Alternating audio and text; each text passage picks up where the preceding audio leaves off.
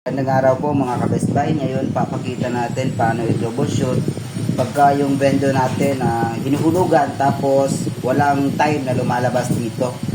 So most cases po kasi pag ganun, yung sensor ayaw gumana eh.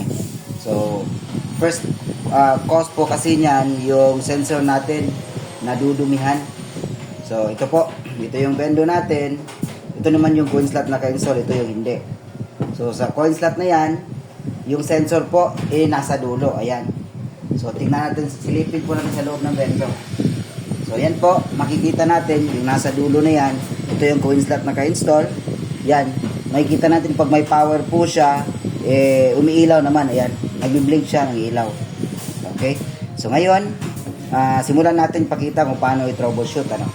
So materials na kailangan natin, ito cotton buds, ito alcohol, tsaka screwdriver.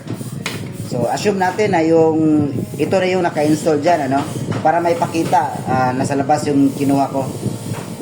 So ito, kasi naka-screw yan sa gilid, alisin po natin yung screw gamit ang screwdriver. Ayan.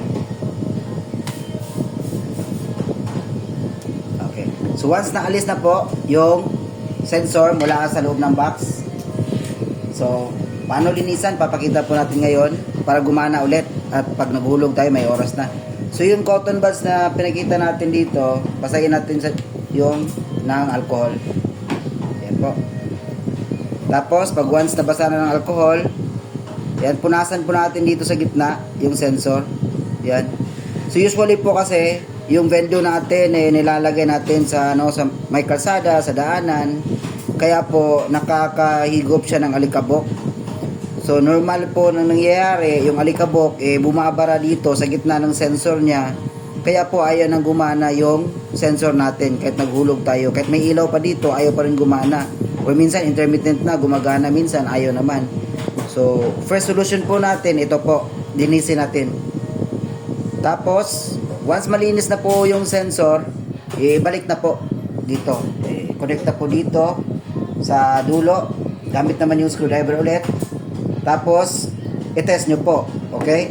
So, once na-test nyo, tapos ayaw pa rin gumana yung vendor, tsaka na po tayo mag-order ng replacement neto. So, mura lang po ito eh.